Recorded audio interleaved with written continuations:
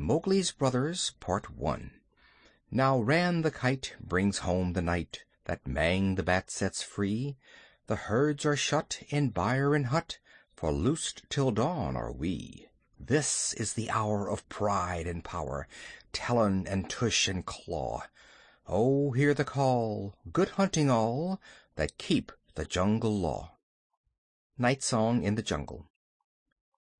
It was 7 o'clock on a very warm evening in the Seeonee Hills, when Father Wolf woke up from his day's rest, scratched himself, yawned, and spread out his paws one after the other to get rid of the sleepy feeling in their tips. Mother Wolf lay with her big gray nose dropped across her 4 tumbling, squealing cubs, and the moon shone into the mouth of the cave where they all lived. "Arr!" said Father Wolf, "it is time to hunt again."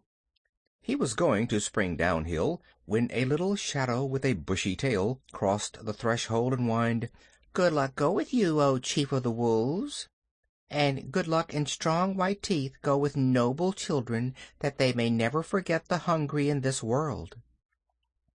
It was the jackal, Tabaqui the dish-licker, and the wolves of India despise Tabaqui because he runs about making mischief and telling tales, and eating rags and pieces of leather from the village rubbish-heaps. But they are afraid of him, too, because Tabaqui, more than anyone else in the jungle, is apt to go mad, and then he forgets that he was ever afraid of anyone, and runs through the forest, biting everything in his way. Even the tiger runs and hides when little Tabaqui goes mad, for madness is the most disgraceful thing that can overtake a wild creature. We call it hydrophobia, but they call it Dewani, the madness, and run.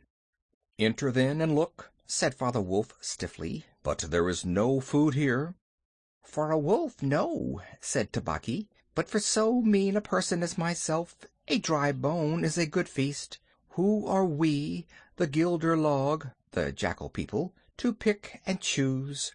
He scuttled to the back of the cave, where he found the bone of a buck with some meat on it, and sat cracking the end merrily. "All thanks for this good meal," he said, licking his lips. "How beautiful are the noble children! How large are their eyes, and so young, too! Indeed, indeed, I might have remembered that the children of kings are men from the beginning." Now Tabaqui knew, as well as anyone else, that there is nothing so unlucky as to compliment children to their faces. It pleased him to see Mother and Father Wolf look uncomfortable. Tabaqui sat still, rejoicing in the mischief that he had made, and then he said spitefully, "Shere Khan, the Big One, has shifted his hunting grounds. He will hunt among these hills for the next moon, so he has told me." Shere Khan was the tiger who lived near the Waingunga River, 20 miles away. "He has no right," Father Wolf began angrily. "By the law of the jungle he has no right to change his quarters without due warning. He will frighten every head of game within 10 miles, and I have to kill for 2 these days." "His mother did not call him Lungri, the Lame One, for nothing," said Mother Wolf quietly. "He has been lame in one foot from his birth. That is why he has only killed cattle. Now the villagers of the Waingunga are angry with him, and he has come here to make our villagers angry. They will scour the jungle for him when he is far away, and we and our children must run when the grass is set alight. Indeed, we are very grateful to Shere Khan." "Shall I tell him of your gratitude?" said Tabaqui. "Out!" snapped Father Wolf. "Out and hunt with thy master. Thou hast done harm enough for one night." "I go," said Tabaqui quietly. "Ye can hear Shere Khan below in the thickets. I might have saved myself the message." Father Wolf listened, and below in the valley that ran down to a little river he heard the dry, angry, snarly, sing-song whine of a tiger who has caught nothing, and does not care if all the jungle knows it. "The fool," said Father Wolf, "to begin a night's work with that noise! Does he think that our buck are like his fat Waingunga bullocks?" "Hush! It is neither bullock nor buck he hunts tonight," said Mother Wolf. "It is man." The whine had changed to a sort of humming purr that seemed to come from every quarter of the compass. It was the noise that bewilders woodcutters and gypsies sleeping in the open, and makes them run sometimes into the very mouth of the tiger. "Man," said Father Wolf, showing all his white teeth, "faugh! Are there not enough beetles and frogs in the tanks that he must eat man, and on our ground, too?" The law of the jungle, which never orders anything without a reason, forbids every beast to eat man except when he is killing to show his children how to kill, and then he must hunt outside the hunting grounds of his pack or tribe. The real reason for this is that man-killing means, sooner or later, the arrival of white men on elephants, with guns, and hundreds of brown men with gongs and rockets and torches. Then everybody in the jungle suffers. The reasons the beasts give among themselves is that man is the weakest and most defenseless of all living things, and it is unsportsmanlike to touch him. They say, and it is true, that man-eaters become mangy and lose their teeth. The purr grew louder, and ended in the full-throated "arr" of the tiger's charge. Then there was a howl, an untigerish howl, from Shere Khan. "He has missed," said Mother Wolf. "What is it?" Father Wolf ran out a few paces, and heard Shere Khan muttering and mumbling savagely as he tumbled about in the scrub. "The fool has had no more sense than to jump at a woodcutter's campfire, and has burned his feet," said Father Wolf with a grunt. "Tabaqui is with him." "Something is coming uphill," said Mother Wolf, twitching one ear. "Get ready." The bushes rustled a little in the thicket, and Father Wolf dropped with his haunches under him, ready for his leap. Then, if you had been watching, you would have seen the most wonderful thing in the world. The wolf checked in mid-spring. He made his bound before he saw what it was he was jumping at, and then he tried to stop himself. The result was that he shot up straight into the air for 4 or 5 feet, landing almost where he left ground. "Man!" he snapped. "A man's cub! Look!"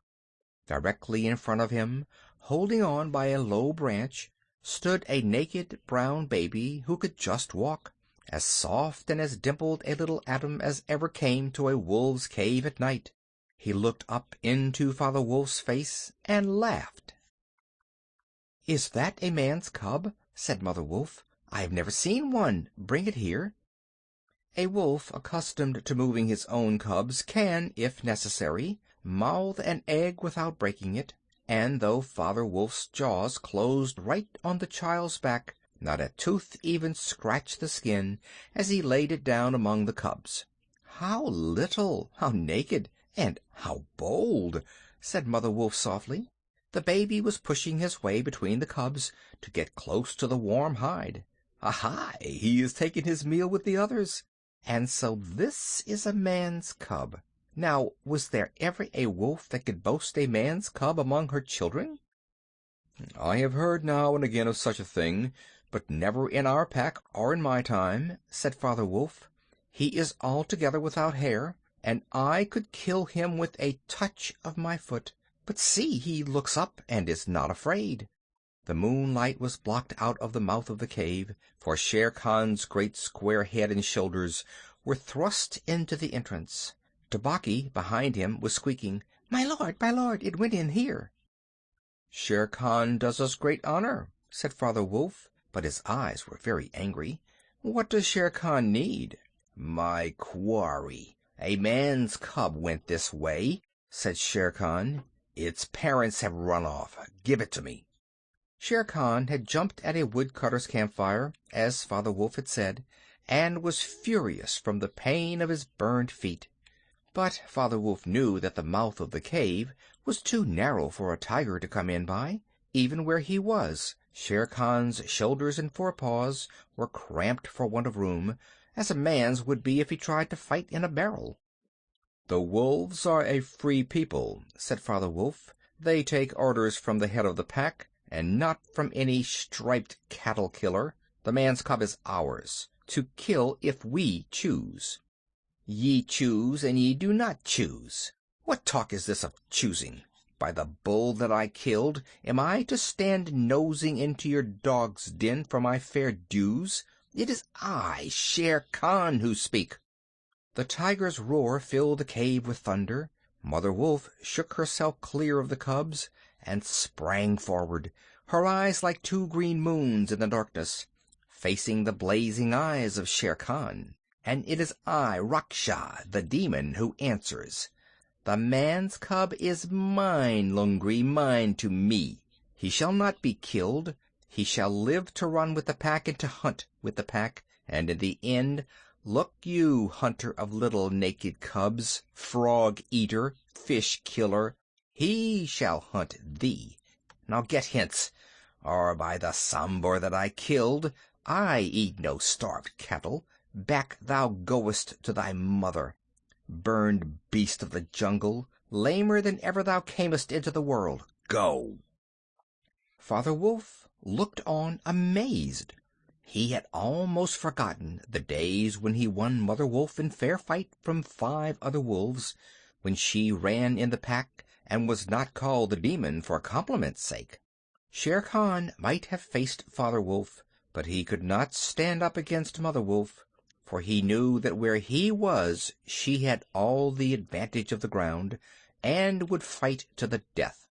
So he backed out of the cave mouth, growling, and when he was clear he shouted, "Each dog barks in his own yard. We shall see what the pack will say to this fostering of man-cubs. The cub is mine, and to my teeth he will come in the end, O bush-tailed thieves." Mother Wolf threw herself down, panting among the cubs, and Father Wolf said to her gravely, "Shere Khan speaks this much truth. The cub must be shown to the pack. Wilt thou still keep him, mother?" "Keep him," she gasped. "He came naked, by night, alone, and very hungry, yet he was not afraid. Look, he has pushed one of my babes to one side already, and that lame butcher would have killed him, and would have run off to the Waingunga while the villagers here hunted through all our lairs in revenge. Keep him? Assuredly I will keep him. Lie still, little frog, O thou Mowgli, for Mowgli the frog I will call thee. The time will come when thou wilt hunt Shere Khan as he has hunted thee." "But what will our pack say?" said Father Wolf.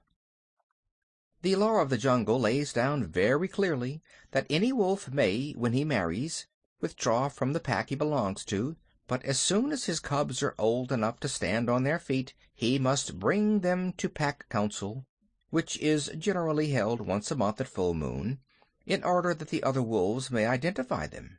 After that inspection the cubs are free to run where they please, and until they have killed their first buck no excuse is accepted if a grown wolf of the pack kills one of them. The punishment is death where the murderer can be found, and if you think for a minute you will see that this must be so." Father Wolf waited till his cubs could run a little, and then, on the night of the pack meeting, took them and Mowgli and Mother Wolf to the Council Rock, a hilltop covered with stones and boulders where 100 wolves could hide. Akela, the great gray lone wolf, who led all the pack by strength and cunning, lay out at full length on his rock, and below him sat 40 or more wolves of every size and color, from badger-colored veterans who could handle a buck alone to young black 3-year-olds who thought they could. The lone wolf had led them for a year now.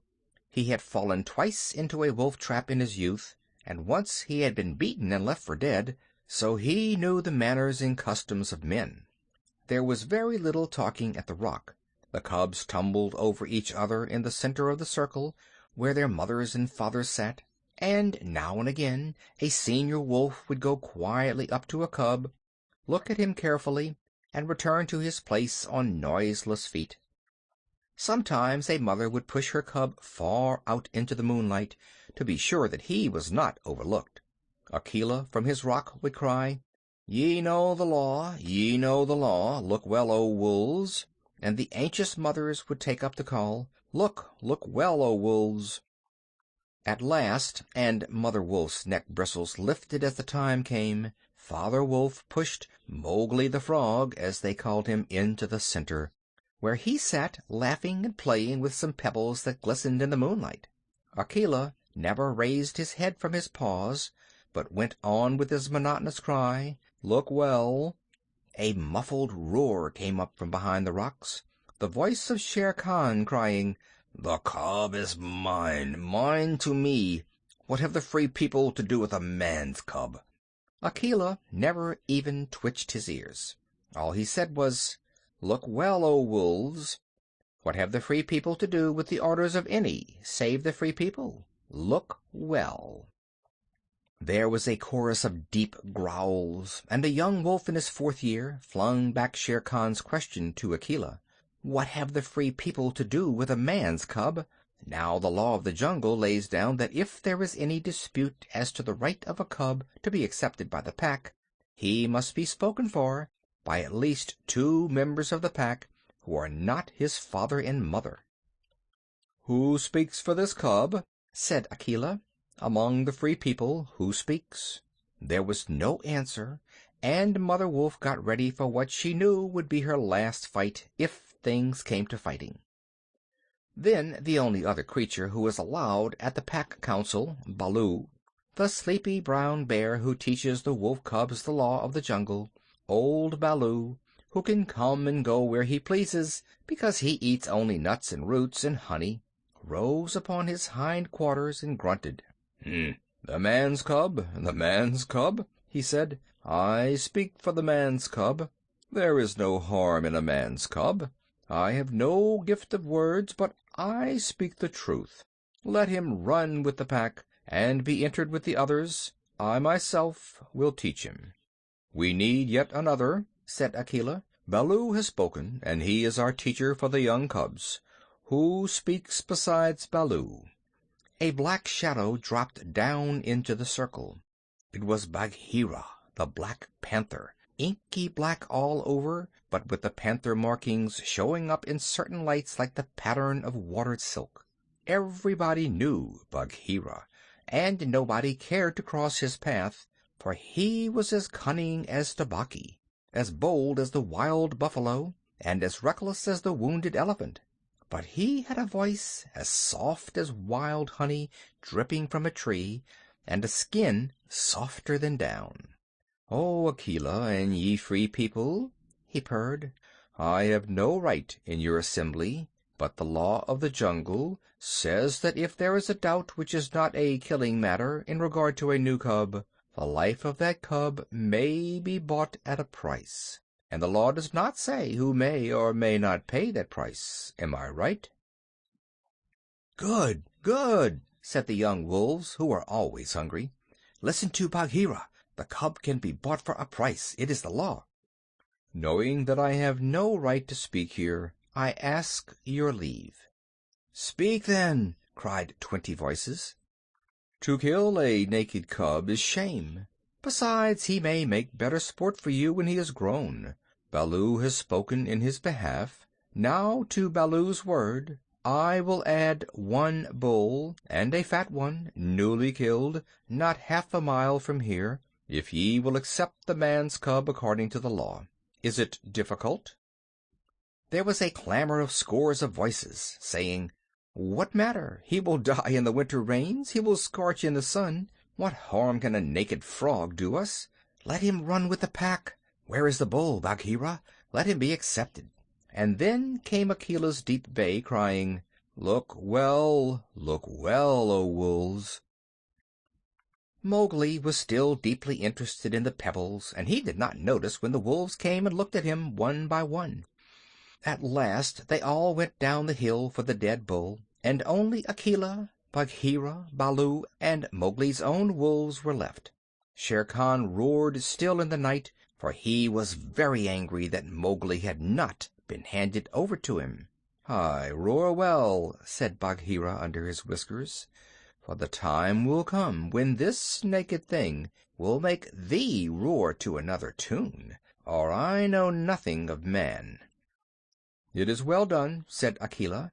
"Men and their cubs are very wise. He may be a help in time." "Truly a help in time of need, for none can hope to lead the pack forever," said Bagheera. Akela said nothing. He was thinking of the time that comes to every leader of every pack, when his strength goes from him, and he gets feebler and feebler, till at last he is killed by the wolves, and a new leader comes up, to be killed in his turn. "Take him away," he said to Father Wolf, "and train him as befits one of the Free People."